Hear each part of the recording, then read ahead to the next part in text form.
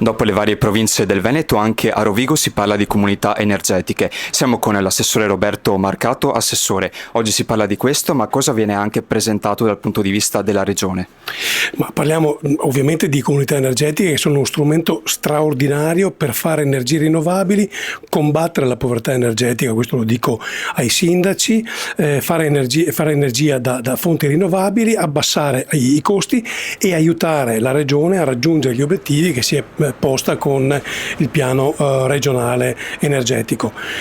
Oggi in particolar modo presentiamo il portale, che è questo strumento di divulgazione sia scientifica che tecnica e amministrativa, per far sì che si possa approcciare alle CER con molta facilità.